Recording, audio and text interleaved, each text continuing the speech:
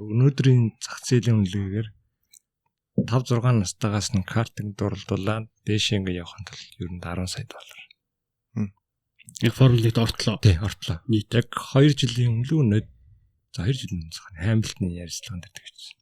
Яг өнөөдрийн зах зээлийн үнэлгээгээр ингээд ямар ч спонсор байхгүй шүү дээ. Тусламж авахгүйгээр ингээд зөвхөн ээж аав нь ингээд хүүхдээ мөнгө гаргаж явах юм л 10 сая доллар болно. Тийм болохоор ч угаасаа одоо нисгэгч чинь бүгд ер нь л баян гаралтай баячуд өгөх хэлтэй. Хамгийн наад Монакод амьдэр. Тийм. Леклер ч одоо Монакод төрж өссөн, тэнд сургууль зурж ирсэн гэдэг нэг хэлдэг үстэй. Тэр нь нэштэй Монгол мөнгөөр 10 сая чинь мэдтгүү. За 11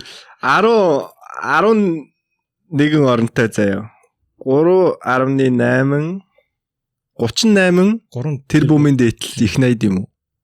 Тэр бүр тийм биш 10 сая юм чинь наа чинь 10 сая доллар үстэй. Тий 10 сая доллар л да.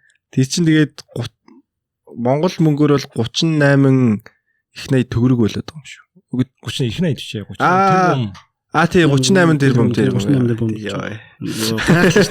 38 тэрбум. Тэгсэн чинь гинт төгтлөө онцлог гэж бодлоо шүү дээ. Энийг сонсноо нэг хүний авир толгойд багтаад байл яа. Монголд нэг хүн сонсноо. Гайгүй юм шүү дээ. Гайгүйгээс бичнэ. Хүүхдэн яаж хүүгээ яах вэ? Таагаар нэг халуут гэсэн.